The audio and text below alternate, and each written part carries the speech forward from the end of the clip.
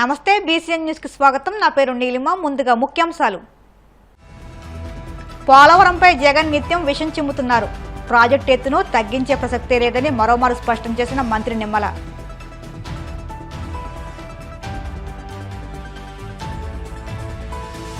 తిరుమల శ్రీవారిని దర్శించుకున్న AP deputy speaker ఉండి ఎమ్మెల్యే రఘురామకృష్ణరాజు ఆలయ మర్యాదలతో స్వాగతం పలికిన అధికారులు।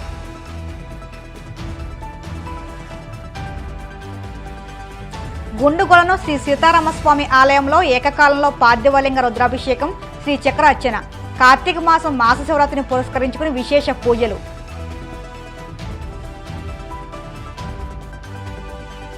గోవింద నామస్మరణతో మారుమోగిన కోనసీమ తిరుమల, వాడపల్లి వెంకన్న దర్శనానికి పోటెత్తిన భక్తజనం।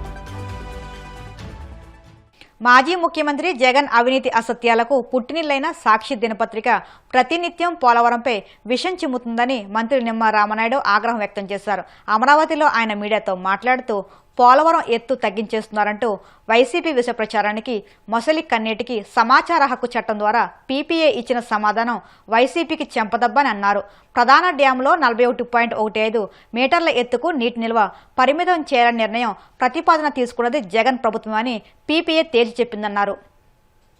ప్రతిరోజు కూడా పోలవరం ఒక బ్యారేజీ, పోలవరానికి మరొక ద్రోహం, పోలవరానికి ఊరి అని ఇంట్లో ఏదైతే ఈ యొక్క అవినీతి పత్రిక, అసత్యాల పత్రిక ఏదైతే ప్రచురిస్తూ ఉందో, నేను ఏదైతే మొన్న జరిగినటువంటి శాసన మండలి ఎన్నికల్లో కూడా చాలా క్లియర్ గా నేను మెన్షన్ చేశా। ఏదైతే తెలుగుదేశం ప్రభుత్వం ఆ రోజు 2014, 2019 5 సంవత్సరాల పాలనా కాలంలో ఎక్కడైనా పోలవరానికి సంబంధించి ఫేజ్ 1 అని కానీ ఫేజ్ 2 అని కానీ, పోలవరానికి సంబంధించి 41.15 మీటర్స్, పోలవరానికి సంబంధించి 45.72 మీటర్స్ అని ఎక్కడైనా డిజైన్స్ లో గాని, లేఖల్లో గాని, ఎస్టిమేట్స్ గాని, రికార్డ్స్ లో గాని, మినిట్స్ లో గాని ఎక్కడైనా 5 సంవత్సరాల తెలుగుదేశం పాలనలో ఎక్కడైనా ఒక్కసారి ఎక్కడైనా మెన్షన్ చేసినట్లే గాని ఎక్కడైనా ఒక్క సాక్ష్యం మీరు చూపించండి అని చెప్పి ఆ రోజు శాసన మండలిలో వైఎస్ఆర్సీపీ సభ్యులకు సవాలు విసిరితే వాళ్ళ నుంచి స్పందన లేదు, తోక ముడిచినటువంటి పరిస్థితి మొన్న శాసన మండలిలో మనందరం కూడా చూసినటువంటి పరిస్థితి। ఎందుకంటే చాలా క్లియర్ గా ఈవేళ నేను చెప్పడం కాదు, ఈవేళ రికార్డ్స్ ఉన్నాయి, పోలవరం ప్రాజెక్టుకి సంబంధించి పీపీఏ, సిడబ్ల్యూసి రికార్డ్స్ ఉన్నాయి, చాలా క్లియర్ గా రికార్డ్స్ ఏదైతే 2019 ఫిబ్రవరి 18 అంటే ఆ రోజు తెలుగుదేశం ప్రభుత్వ హయాంలో చాలా క్లియర్ గా ఏదైతే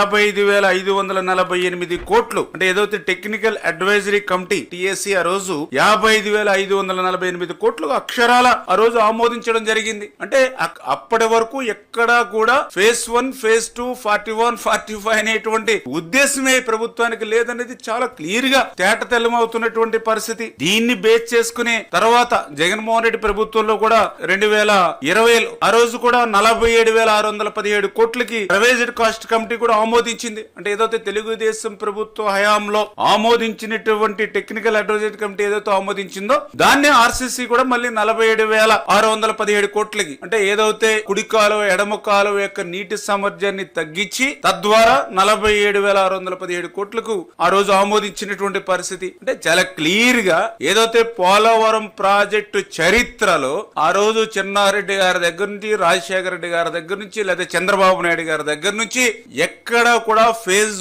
1, ఫేజ్ 2, 41, 45 అనేది ఎక్కడా లేదు అనే విషయం చాలా క్లియర్ గా తేటతెల్లమవుతున్నటువంటి పరిస్థితి। ఇది నేను చెప్పడం కాదు, చాలా క్లియర్ గా ఏదైతే సమాచార హక్కు చట్టం, రైట్ ఇన్ఫర్మేషన్ యాక్ట్ కింద మరి ఎవరైతే కొంతమంది అడిగినటువంటి ప్రశ్నలకు సమాధానంగా పీపీఏ పోలవరం ప్రాజెక్ట్ అథారిటీ చాలా క్లియర్ గా స్పష్టమైనటువంటి సమాధానం లిఖిత పూర్వకంగా ఇచ్చినటువంటి పరిస్థితి కూడా మొన్న మనం చూసాం చాలా క్లియర్ గా। తిరుమల శ్రీవారిని ఏపీ డిప్యూటీ స్పీకర్ ఉండి ఎమ్మెల్యే రఘురామకృష్ణరాజు దర్శించుకున్నారు। ఉదయం వీఐపీ బ్రేక్ దర్శన సమయంలో స్వామివారి సేవలో పాల్గొని మొక్కులు చెల్లించుకున్నారు। దర్శనానంతరం వీరికి రంగనాయకుల మండపంలో వేద పండితులు వేదాశీర్వచనం అందించగా ఆలయ అధికారులు స్వామివారి తీర్థప్రసాదాలు అందజేసి పట్టు వస్త్రంతో సత్కరించారు। ఏలూరు జిల్లా భీమడోలు మండలం గుండుగొలను శ్రీ సీతారామస్వామి ఆలయంలో కార్తీక మాస శివరాత్రి పురస్కరించుకుని విశేష అభిషేకాలు, పూజలు నిర్వహించారు। తెల్లవారుజాము నుంచి ఆలయంలో అర్చకులు, సుధీరాచార్యులు, పండితులు, దారముక్కల ప్రసాద శాస్త్రి బృందం ఏకకాలంలో శ్రీ ఉమారామ పార్థివలింగేశ్వర స్వామికి సామూహిక నమక చమక మహాన్యాస పూర్వక రుద్రాభిషేకం, శ్రీ చక్ర నవవర్ణాచన శాస్త్రోక్తంగా వైభవంగా నిర్వహించారు। ఈ కార్యక్రమంలో ఆలయ ట్రస్టీ చైర్మన్ కొండ గంగరాజ్ కుమార్, గుండుకొలను పరిసర గ్రామాల నుంచి పెద్ద ఎత్తున భక్తులు పాల్గొన్నారు.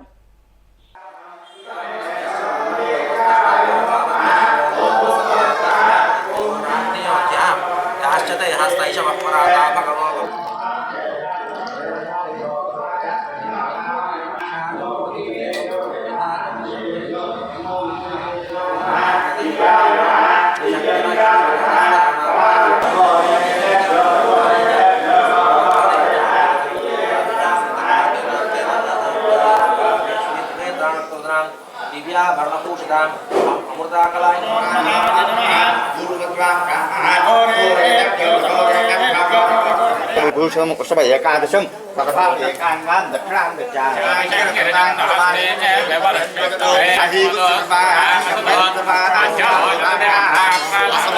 అనే సన్నస్సు కొద్దిగా సనగపోయినమ్మా స్లోగా సన్మనే హరే ధర్మనో హే దరస్మాన్ ప్రణక విశ్వక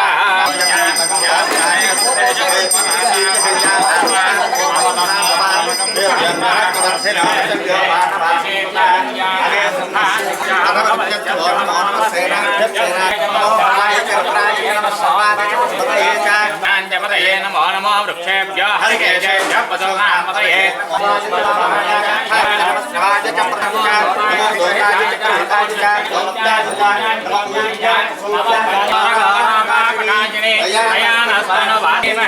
అసభ్యో వసప్పదిదేవ క్రీగో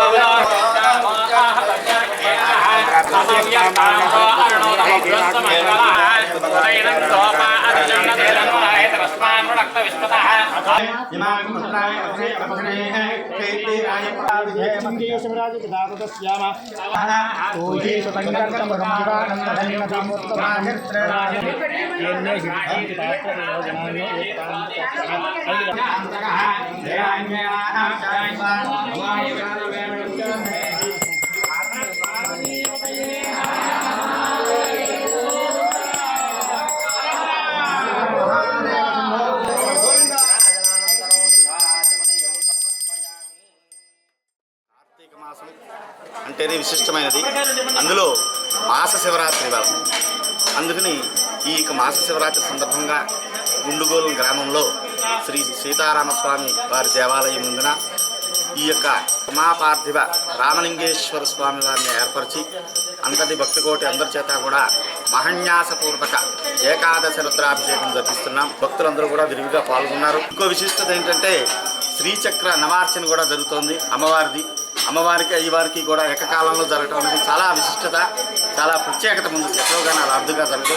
ఈ భగవంతుడు కల్పించే సంకల్పం వల్ల ఈ రోజులు రెండూ కూడా ఒకే రోజున ఈ యొక్క శ్రీచక్రార్చన నవార్చన అలాగే మహన్యాసపూర్వక ఏకాదశి రుద్రాభిషేకం కూడా రెండూ జరుగుతున్నాయి. అందరూ కూడా భక్తులందరూ కూడా వీక్షిస్తున్నారు. వాళ్ళందరికీ కూడా ఆ యొక్క స్వామివారి కర్ణాటకతో ఆయుధాలు ఐశ్వర్యాలతో ఉంటారని చెప్పి ఆ భగవంతుడు ప్రార్థిస్తారు. జై శ్రీరామ్. ఓం నమ శివాయ. ఓం నమ శివాయ. కోనసీమ తిరుమలగా వద్దులుతున్న వాడపల్లి శ్రీ వెంకటేశ్వర స్వామి ఆలయం భక్తులతో కిటకిటలాడుతోంది. శనివారం స్వామికి ప్రీతికరమైన రోజు సందర్భంగా ఆలయంలో ప్రత్యేక పూజలు నిర్వహించారు. స్వామివారి దర్శనానికి వచ్చిన భక్తులకు ఎలాంటి ఇబ్బందులు తలెత్తకుండా ప్రత్యేక ఏర్పాట్లు చేసినట్టు ఆలయ అధికారులు తెలిపారు. భక్తులు అధిక సంఖ్యలో హాజరై స్వామిని దర్శించుకుని మొక్కులు చెల్లించుకున్నారు.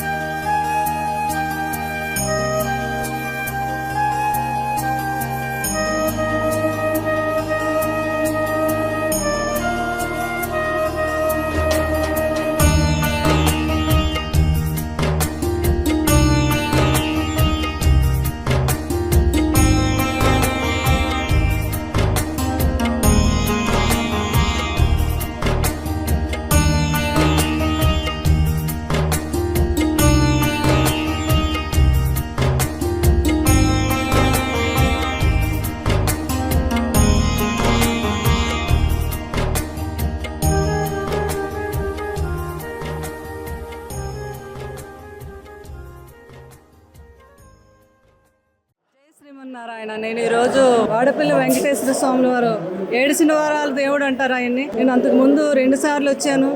నాకు ఎంతో నమ్మకం కలిగి మళ్ళీ నేను 7 శనివారాలు మొక్కుకొని తండ్రికి ఈరోజు ఈ శనివారం రావటం జరిగింది. ఇక్కడ చూస్తే మీకు 40 నుంచి 50 వేల మంది జనం ఉన్నారు చుట్టూ. నాకు ఎలా అనిపించిందంటే నేను ఎక్కడున్నాను, నేను ఏంటి వైకుంఠమేమో అనిపించింది నాకు. అంటే దేవుడి యొక్క మహత్యం అంత గొప్పగా ఇక్కడ దేవుడు దైవం, తర్వాత ఇక్కడ ఉన్న బ్రాహ్మణులందరూ కూడా ఎంతో భక్తితో మనకి ఆ పూజలు జరిపించడం నాకు చాలా ఆనందం అనిపించింది. నేను 7 శనివారాలు మొక్కుకొని వచ్చాను. ఇప్పుడు ఒక వారం 7 ప్రదర్శనలు చేశాను. ఇంకా నేను 6 వారాలు కూడా ఈ గుడికి రావడం జరుగుతుంది. భక్తులందరికీ నేను ఒకటే విజ్ఞప్తి, ఒకసారి తండ్రి గుడిలో అడుగు పెడితే చాలు మన జన్మ ధన్యం. ఎందుకంటే నాకు అంత నమ్మకం కలిగింది ఆ తండ్రిని చూశాక. ఆ భగవంతుడి ఆశీస్సులు అందరికీ ఉండాలని మనస్ఫూర్తిగా కోరుకుంటూ సెలవు తీసుకుంటున్నాను. ప్రభుత్వం ఉన్నతాధికారుల ఆదేశాలను అనుసరిస్తూ తాము విధులు నిర్వహిస్తున్నామని మున్సిపల్ కమిషనర్ ఎం వెంకటరమణ తెలిపారు. జంగారెడ్డిగూడెం పట్టణంలో శనివారం ఉదయం జరిగిన పింఛన్ల పంపిణీ కార్యక్రమాన్ని కమిషనర్ పరిశీలించారు. ఈ సందర్భంగా ఆయన మాట్లాడుతూ డిసెంబర్ 1వ తేదీ ఆదివారం రావడంతో ప్రభుత్వ ఆదేశాల మేరకు శనివారమే లబ్ధిదారులకు పింఛన్లు అందించామన్నారు. తెల్లవారుజామున 5 గంటలకే ఈ కార్యక్రమం ప్రారంభమైందని తెలిపారు. పట్టణంలో ప్రతిరోజు పారిశుద్ధ్య పనులు జరుగుతున్నాయని, పట్టణాన్ని స్వచ్ఛ పట్టణంగా తీర్చిదిద్దేందుకు తగు చర్యలు తీసుకున్నామన్నారు. ఈరోజు నవంబర్ 30 తారీఖు, రేపు ఆదివారం కాబట్టి ముందు రోజే ఒకరోజు ముందే ఎవరైతే లబ్ధిదారులు ఉన్నారో పింఛన్ లబ్ధిదారులందరికీ 5 గంటలకి ప్రారంభించి పింఛన్ పంపిణీ జరుగుతుంది. ప్రతి క్లస్టర్లోనూ పింఛన్ పంపిణీ జరుగుతుంది. వాటిలో భాగంగా ఈరోజు ఉదయమే 5 గంటల నుంచి మానిటరింగ్ చేయడం జరుగుతుంది. ప్రభుత్వ ఆదేశాల ప్రకారము, జిల్లాధికారుల ఆదేశాల ప్రకారము ఈరోజు ఉదయం 5 గంటల నుంచే పింఛన్ల పంపిణీ ప్రారంభం చేయడం జరిగింది. అదేవిధంగా రోజు పారిశుద్ధ్య కార్యక్రమంలో మానిటరింగ్ చేస్తున్నాం కాబట్టి ఈరోజు కూడా ఉదయం లేచి ఫస్ట్ పారిశుద్ధ్యం చూసుకుని ఆ తర్వాత పింఛన్ల పంపిణీ కార్యక్రమం ఎలా జరుగుతుంది ప్రతి ఒక్కరికి చేరే విధంగా చర్యలు తీసుకోవడంలో భాగంగా మానిటరింగ్ చేస్తున్నాము. దాంట్లో భాగంగా పింఛన్ల పంపిణీ కార్యక్రమంలో కూడా ఈరోజు నేను పాల్గొనడం జరిగింది. అదే విధంగా ప్రతిరోజు ఉదయం పారిశుద్ధ్యం పైన చర్యలు తీసుకోవడంలో భాగంగా పారిశుద్ధ్యాన్ని క్షేత్రస్థాయిలో పరిశీలించి పట్టణాన్ని స్వచ్ఛ పట్టణంగా తీర్చిదిద్దడానికి మా వంతు సహాయ సహకారాలు అందిస్తున్నాం. అదేవిధంగా మీరు ఎక్కడంటే అక్కడ చెత్త వేయకోకుండా పురపాలక సిబ్బంది వచ్చినప్పుడు వారికి చెత్త ఇచ్చి డోర్ టు డోర్ కలెక్షన్ అప్పుడు వాళ్ళకి ఇచ్చి సహకరించి పట్టణాన్ని అందంగా ఉండే విధంగా సహకరించవలసిందిగా మీ అందరికీ మరీ విజ్ఞప్తి చేస్తున్నాను. ఇప్పుడు కాసేపు ప్రకటనలు.